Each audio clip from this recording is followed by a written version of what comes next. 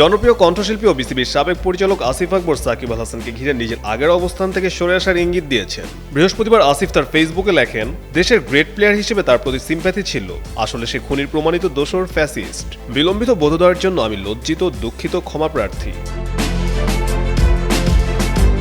এদিকে আসিফ আকবর তার করা পোস্টে কারো নাম উল্লেখ করেনি। সামাজিক যোগাযোগ মাধ্যমে অনেকেই মনে করছেন পোস্টটি সাকিব আল হাসানকে উদ্দেশ্য করেই লেখা, কেননা গত মার্চে যুক্তরাজ্যে সাকিবের জন্মদিন অনুষ্ঠানে উপস্থিত ছিলেন আসিফ আকবর। সেখানে সাকিবকে নবাব বলে সম্বোধন করেছিলেন তিনি। পরে গণমাধ্যমে সাকিবের আইনগত জটিলতার সমাধানে আশাবাদ ব্যক্ত করেছিলেন। তবে বুধবার ভারতের দিল্লিতে আয়োজিত এক অনুষ্ঠানে অনলাইনে বক্তব্য দেন ক্ষমতাচ্যুত সাবেক প্রধানমন্ত্রী শেখ হাসিনা। একই অনুষ্ঠানে শ্রীলঙ্কা থেকে ভার্চুয়ালি যুক্ত হন সাকিব আল হাসান। এর কিছু সময় পরেই মাগুরায় সাকিবের বাড়িতে হামলার ঘটনা ঘটে। এরপরই আসিফ আকবরের নতুন ফেসবুক পোস্ট ঘিরে শুরু হয়েছে ব্যাপক আলোচনা।